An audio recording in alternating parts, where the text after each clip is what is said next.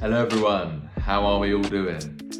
And you're all going to be delighted to see that the latte is back in the OCD recovery mug.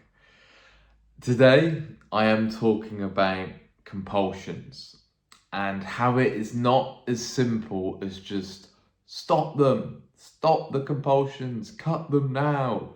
Hey, if it was that simple, you'd have no trouble doing so. You would not be watching this video because you'd have cut your compulsions and you'd have sailed off into the golden sunset and you'd be recovered by now. But as I'm sure you're finding, it's not as simple as just stop the compulsions, because we've got to look at why you're doing them and we've got to dissect them bit by bit by bit and see why you are so compelled to performing the compulsion and why you are finding it so hard to give them up. As all OCD sufferers do. I'm yet to meet an OCD sufferer that has gave up compulsions with little effort and with total ease and with total comfort. That does not exist. Usually it's quite a grueling battle. I don't like using the word battle because it sounds like you're fighting them, as I nearly spill my latte everywhere.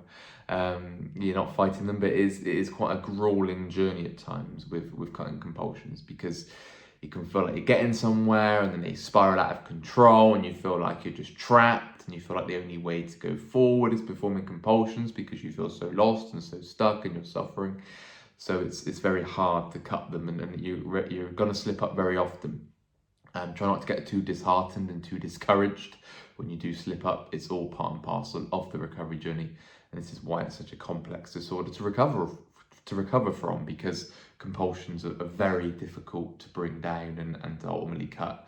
But always remember this, that when you feel like you're justifying compulsions, you have obsessive compulsive disorder. And the reason that the reason you're suffering and it feels so intense is because you're feeding that compulsive disorder with compulsions. Okay, so that is what's fueling it. You won't recover from OCD whilst performing compulsions. Is quite simple as that. But we've got to look at why you're doing them, and rather than just somebody screaming at you saying cut them, don't do them, don't do them. You might often see the mainstream advice where it is oversimplified, where you might just see cut the compulsions, don't do them, they won't help you. Yeah, okay, valid point, very valid point, but how do you do it? What's the insight? How do you actually cut them? Why are you doing them in the first place? And this is where we step in with one-to-one calls and break down with you layer by layer as to why you're doing them. So as you're watching this video, I want you to really think about some of your main compulsions. What compulsions are you finding very difficult to cut? And good ways of identifying compulsions are looking at things that you do intentionally to bring relief, to bring comfort, to achieve certainty, to control, to try and avoid discomfort, so avoiding triggers. Really think about the things that you're doing, the mantras that you're repeating in your head, the avoidance, the reassurance seeking, the confessing, the instant gratification behaviours, the escapisms, the scrolling and all the ways you escape how you feel. Really think about all these compulsions that you're doing. And if you're struggling to identify them, just stick to those two things, like I said. What's the intention and what's the frequency? How often are you performing this behaviour?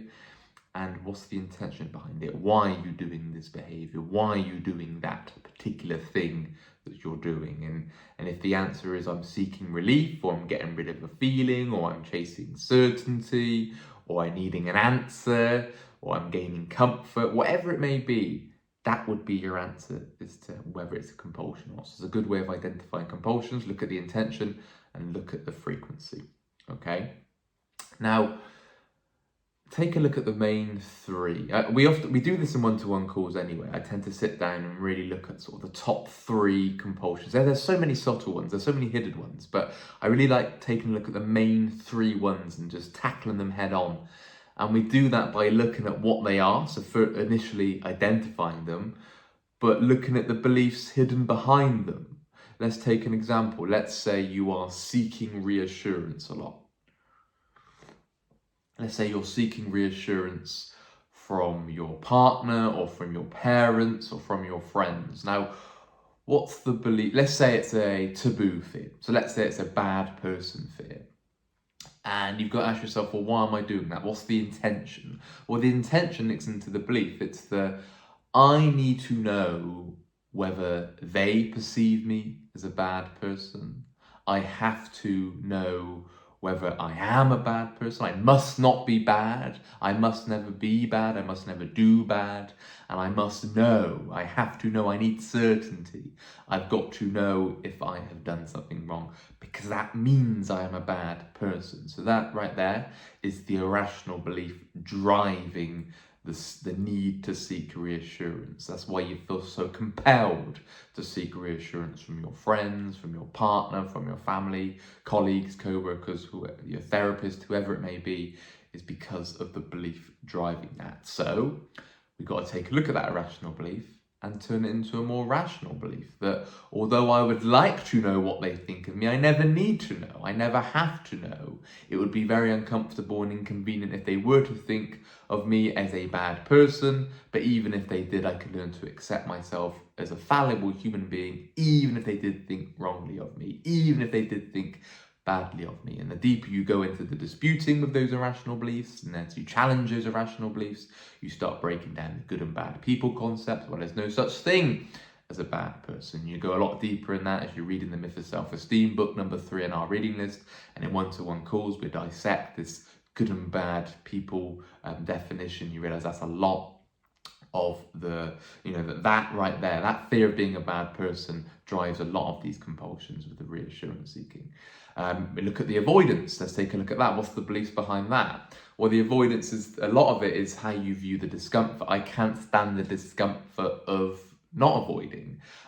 It will all be too much. It would be unbearable if I wasn't to avoid this thing. Facing this fear is too much. It's terrible. It's awful. I won't be able to stand it. I can't handle it. It's way too much. My life will be over if I did face this fear. And that's the belief driving the avoidance there. A lot of that's also fear of fear. I can't stand the suffering forever. I hate the feeling of suffering. And if I'm suffering for longer than I'd like, then therefore I must avoid this fear.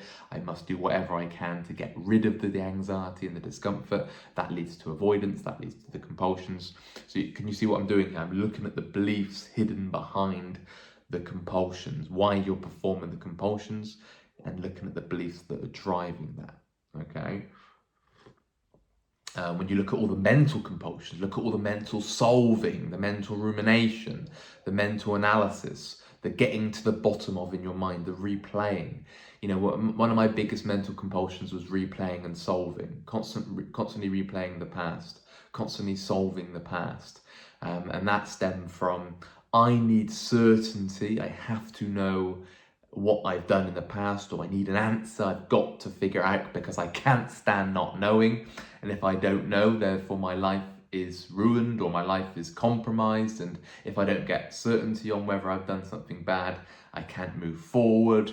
A lot of it is just these demands. I need to know, I've got to know, I have to know, because you feel trapped with OCD. If you don't know, and an OCD sufferer is addicted to certainty. So if they do not have certainty, that they feel a lot of discomfort because of the belief that they're having to know. I need to know, I've got to know, and I can't be at peace without knowing. If I'm not at peace, I don't see how I can move forward. So OCD keeps you locked in the past because of that belief that if I look to move forward, that gets attacked immediately by OCD because it's demanding certainty from you. You need to know, you need an answer, you've got to know this, you have to know this, you need to know, otherwise your life is stopped, it's come to a shuddering halt if you don't get an answer. So that leads to you mentally solving, mentally replaying. But where you get absolutely mocked by OCD is that when you feel like you get an answer on whatever the thing is you're solving, it moves, it morphs, it moves the goalposts, and then it's something else, and then you get an answer, and then it's something else because it's already switched up. It's like trying to fill up the bucket of water when there's a hole in it.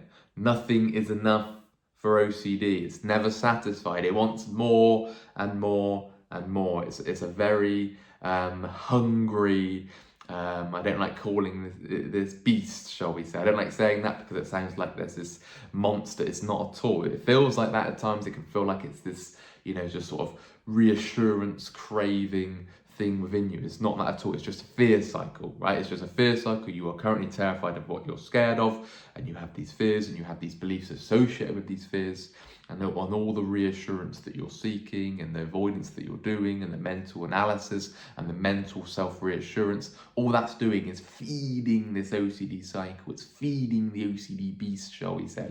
It's giving it power. It's giving it room to maneuver. It's giving it room to grow and progress. So we must remember that we fuel the OCD cycle by the compulsions that we're doing. And you've also got the crafty angle of OCD, how it justifies compulsions. I hear this a lot. I used to do this a lot myself. But I hear this a lot as a coach, where people will say, yeah, but if only I just got reassurance, then I won't be suffering. Yeah, but that's the trap, isn't it? That's the trap. You can't look at it too short term. That's such a short-sighted approach that, oh yeah, but if only I just did that exposure, then I won't be suffering. Or if only I just got that reassurance that I was after, then I wouldn't be feeling so shit right now. Yeah, but that's way too short-sighted. You've got to look at the long-term approach here, right? The long-term approach is, yes, in the now you're going to feel a bit uncomfortable. You're going to feel quite anxious because you're cutting fears. You're confronting your fears. You're cutting your compulsions. You're making changes. You're making huge adaptations to your life to overcome your anxieties. But that will involve discomfort. That will involve anxiety. That will involve a lot of suffering in the temporary. It will, because you're making changes. So be careful of that trap of, oh, if only I just did the compulsion, then I'd been at peace. If only I just avoided that, then I could have enjoyed this fucking vacation. And I could have enjoyed this holiday. If only I just did that compulsion. I see that all the time. That's what keeps people stuck. People scared to take the leap of faith. They're scared to feel the discomfort. They're scared to feel all the anxiety involved, because they end up telling themselves with the justification of the compulsion that, oh, if I just did that compulsion, then I could have been happy. So therefore they do the compulsion and they get scammed because they feel like they're going to be happy, but they don't, because OCD moves, it switches, and you might be happy for the short run, but it's false, it's fake, it's not going to last, because OCD is calling the shots. It's in the driving seat until we realize that, hey, I want to break free from this, but that will involve discomfort. That will involve struggle. We've got to have the long range target. We've got to think about the future. Look at the bigger picture. Please don't just look at the now. The now, yes, we have to live in the now. We have to do much as we can to to enjoy our lives today. Of course we do, but recovery is a long-term plan as well. It's a marathon. It's not something you can just have now. You've got to put in the grit work now, put in the foundations now, put it in place so you can reap the rewards in the future. You can get what you're after in the future. That is long-term freedom, long-term peace. That ain't gonna come from you justifying compulsions in the now. And that's probably the biggest thing that I see, actually, that the unwillingness to experience the discomfort, and then the justification of doing the compulsion because, oh bloody hell, I didn't do the compulsion, I feel so anxious, I should have done it. So then, because of that line of thinking, you then do the compulsion because you're justifying it, and that will keep you stuck, I'm afraid. Okay, so you've got to look at why you're doing the compulsions. It's not as simple as just stop them.